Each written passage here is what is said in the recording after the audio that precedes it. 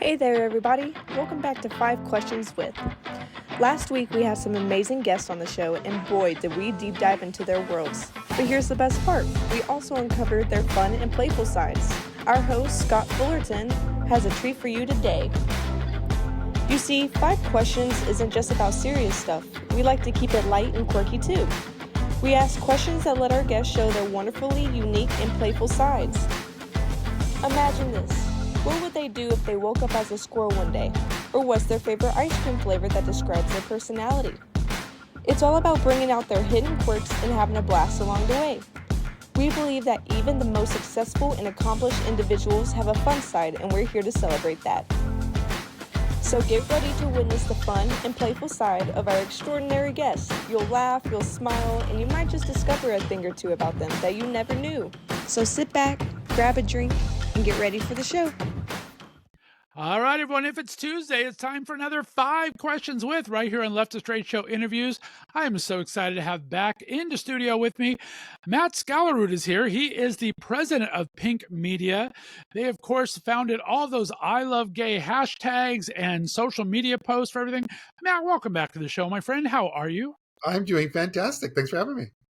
I enjoy it. I get a lovely view of Central Park, and we get to chat with one of my friends. It's a beautiful day, my friend.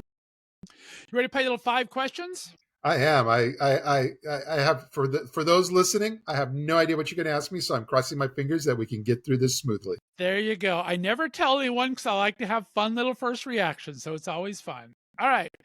First thing, a little more business oriented for you. If you could change 2 things about social media, one on the tech side and one on the content creator side, what would you wave your magic wand to do? Well, above and beyond having Twitter/X find a new home, but that's neither tech nor content creator. I feel like the tech is actually there. I would actually tell you that I just wish more people understood on social media in general that the tools are there so that if they do go from kind of that one-way street, just posting, into actually utilizing the tools by being engaged with others, turning it into a two-way street. If there was just like a good understanding, a master class, something on that made folks understand, they'd be able to tap into what's already there, and they would realize, wow, we don't need a whole lot more tech to be able. There's a whole lot we can do just with what the tools that are available to us, and that gets both sides at once. That's an answer, a one-size-fits-all answer. I like that. It really is, because the content creators, some of them already get this, but then the content creators, then they'd be able to, because they've got these great audiences, but so typically an influencer is you can always tell when you, especially on TikTok, you can roll your eyes in your head and you're like, they're only in it for themselves. Like they're not very interested in who the audience is. They're just putting out this content. And if you're a great celebrity, you can get away with that. But for the vast majority of us middle range folks putting content out there, you have to realize that it's human, and that the more human you make it by showing interest in others, the more success you're going to have. Very well said. All right, question 2. Let's get a little more esoteric here. Put these in order for a Matt Skallerud weekend. We have a Broadway show, a game night with friends, deep sea fishing, speaking to an LGBTQ business group, or romantic dinner with the hubby. First, we would have a romantic dinner. Nice. So you got to because that sets the tone for the entire weekend. And then board games are always a great way to get things started, because for some reason it brings out the best and the worst of all your friends. Right. And then in the afternoon or the evening, after you've gone through all that, then you can get together with everybody and then run off to a Broadway show and kind of start the wind down. To do any fishing doesn't really fit into all that stuff. So I'd have to put that into a whole other trip. And I haven't done that in years, which I remember you talking about it back in the day, that you were that hubby was the Broadway boy and you were the practicality guy. I could tell you so many stories of that, but yeah, I haven't. Especially living on the East Coast, I have no idea what the fish are like here, East Coast versus West Coast. The West Coast, I could tell you, there's some good ones. I think you and I both might have had our gay card revoked quite a few times, so we can trade stories someday. That's for sure. I never told you about muscle cars, my whole world of muscle cars, and Edelbrock and Holly carburetors and those, Dodge Challengers, all of that. Yeah, that was my world. Wow. Okay, that's going to be a fun. If we get you out in Palm Springs, we're going to have a conversation on that. I Yep. like it. All right. So, if Pink Media, question number 3, if Pink Media hosted a talent show, what quirky act would you perform to dazzle the audience? You really make me think on these. Oh, let's see. I think we would host a spelling bee. Nice. That's not done often. I like that. Okay. A I little was a nerd. thinking, a little fun. I like it. All right. I Very was a good. nerd. I was a dork when I was a kid, and spelling bees were actually one of my most fun things that we would do as in that era of time. That's still huge back here in Northeast Ohio. Our big local newspaper spelling bee is a huge deal here. So yeah, for all the nerds out there, unite over spelling. I like that. All right, question number 4, my friend. If you could swap lives with any LGBTQ plus icon for a day, who would it be and what would you want to experience? Oh, there's so many out there. Huh. I could already tell you that but I already knew the icons that I always loved. I always wanted Sean Connery to be my grandfather, but Nice.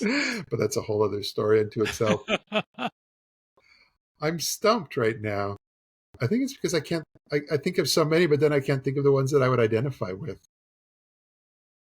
Mine changes all the time, so I hear you. I see different things, and it reminds me of different things. Like Harvey Milk would be interesting to be in the day, and Bayard Rustin the next day, and mine switches all the time. So I don't blame you. I know.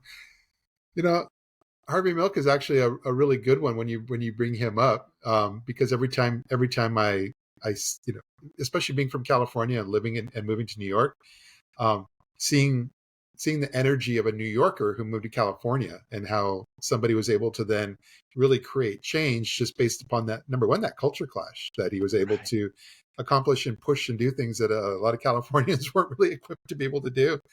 But you just realized that he was also very self-aware that he was pushing things in a way that may not work out for him in the long run. And the fact that he was so self-aware, I've often wondered, like, what is it like to be in his shoes, like for a day where he was out there doing these things and realizing that it's a bit dangerous, the work he's doing, and because not all of us really have to ever consider that. No, very true. I love that you said that too. All right, and question number 5, Matt. If Pink Media was a cocktail, what ingredients would it contain, and what catchy name would you call it? Let's call it the Pinky Bee. That was something that I'd come up with for something else, but now I just realized that'd be a great cocktail name too. The Pinky Bee. I'll have one of those. Through the years, especially because remember, once upon a time we had the banana in there, and so sometimes when I would give a presentation, there were actually like a cake or a different dessert dish with in the shape of a banana, and people got really creative trying to be able to kind of include that logo into the theme of what we were doing. But I'm terrible at cocktails because the only time I started to really become venturous was when Sex and the City made us all discover what a cosmopolitan was. Right. that was my, and then from there I became so boring with vodka sodas, as a proper gay does. Of course. That I don't know what people put in their cocktails to make things special. Yeah, we both come familiar with Spencer Hodison and Gay Water. We know that the vodka soda is the drink of choice, right? It really is. And, he just put a name on what we already knew. And so along the way, I'd oftentimes get like, for about a year or two, I was a grapefruit vodka and soda guy.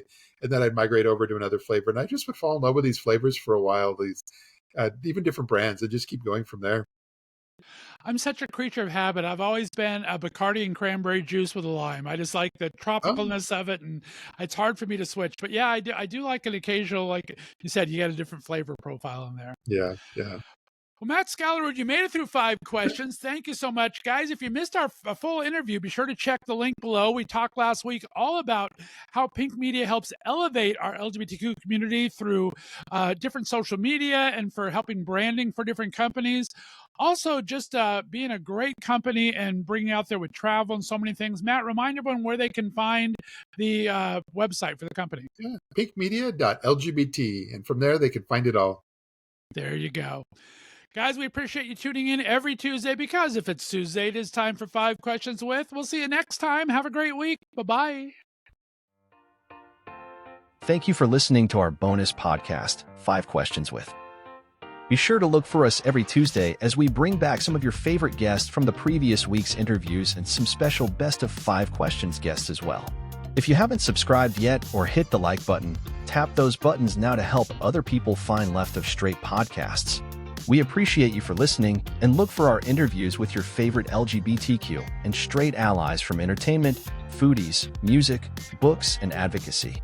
We'll see you next week, because if it's Tuesday, it's time for 5 Questions With.